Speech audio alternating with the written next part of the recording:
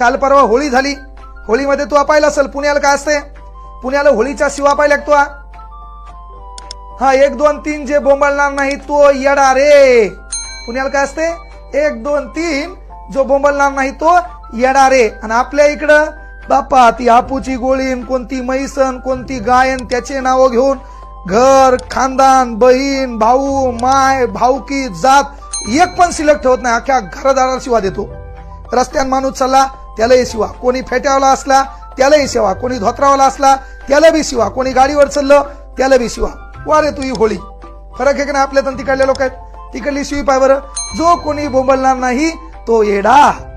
आपल्या इकडं बापा बाबा चालेल नाही तुला, आखा बुगा करतो तू, अख्ख्या खानदानाला शिवा देतो.